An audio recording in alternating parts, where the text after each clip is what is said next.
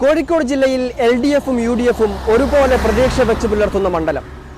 മലയോര മണ്ഡലമായ തിരുവമ്പാടിയിലാണ് C Times election pulse ride എത്തിയിരിക്കുന്നത്. 2021ലും 2016ലും ഇവിടെ ജയിച്ചത് LDF ആണ്. 2021ൽ CPMന്റെ യുവ നേതാവ് ലിൻഡോ ജോസഫ് ജയിക്കുന്നത് 4643 വോട്ടുകൾക്കാണ്. 2016ലും LDF ജയിക്കുന്നു. എന്നാൽ 2011ൽ ജയിച്ചത് UDF ആണ്. 2006ലും ശേഷം നടന്ന ഉപതെരഞ്ഞെടുപ്പിലും ജയിച്ചത് LDF ആണ്. എന്നാൽ 2001ലും 1990കളിലും 80കളിലുമെല്ലാം ഇവിടെ തുടർച്ചയായി ജയിച്ചു വന്നത് കോൺഗ്രസ്, മുസ്ലിം ലീഗ് സ്ഥാനാർത്ഥികളുമാണ്. അങ്ങനെ മാറിയും മറിഞ്ഞും ജയം സമ്മാനിക്കുന്ന മണ്ഡലമാണ് തിരുവമ്പാടി. സമീപകാലത്ത് LDFനോട് ചായ്വ് കാണിക്കുന്നു. എന്നാൽ മണ്ഡലത്തിന്റെ മൊത്തം ചരിത്രം നോക്കിയാൽ UDFന് മേൽക്കൈയുള്ള മണ്ഡലവും. അങ്ങനെ വരുമ്പോൾ ഇപ്രാവശ്യവും ഇവിടെ മത്സരം കടുക്കുമെന്നതിൽ യാതൊരു സംശയവുമില്ല. UDFന് വേണ്ടി ഇവിടെ മുസ്ലിം ലീഗ് സ്ഥാനാർത്ഥികളാണ് മത്സരിച്ച് വരുന്നത്. എന്നാൽ ഇപ്രാവശ്യം അതിൽ മാറ്റമുണ്ടാകുമെന്നാണ് അറിയുന്നത്.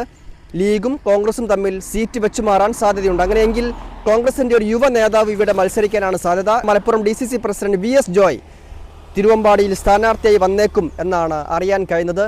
ഇവിടെ K മുരളീധരനെ മത്സരിപ്പിക്കണമെന്ന തരത്തിൽ ചില ബോർഡുകളൊക്കെ പ്രത്യക്ഷപ്പെടുകയും ചെയ്തിരുന്നു.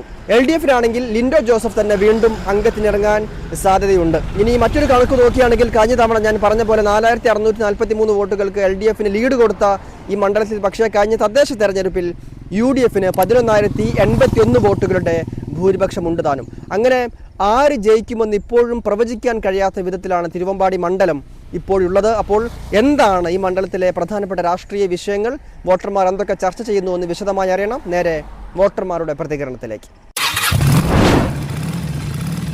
തിരുവമ്പാടി പ്രാവശ്യം ആർക്കാ സാധ്യത? ലിൻഡോ ജോസഫ് ജയിക്കുന്നതാണ് സാധ്യത. എന്തുകൊണ്ടാ? നല്ല പ്രകടനമായിരുന്നു, നല്ല ഭരണമായിരുന്നു, നല്ല MLA ആണ്. നല്ല MLA. പക്ഷേ UDFന് വലിയ മേൽക്കൈയുള്ള മണ്ഡലമാണെന്ന് തോന്നുന്നു. നേരത്തെ ജയിച്ച് വരുന്ന മണ്ഡലം അല്ലേ?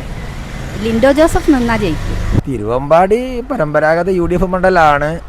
അപ്പോൾ UDFനാണ് സാധ്യത. കാരണം തദ്ദേശ തെരഞ്ഞെടുപ്പിലും ഈ ലോകസഭ ഇതിലൊക്കെ UDFന് മികച്ച ഭൂരിപക്ഷം.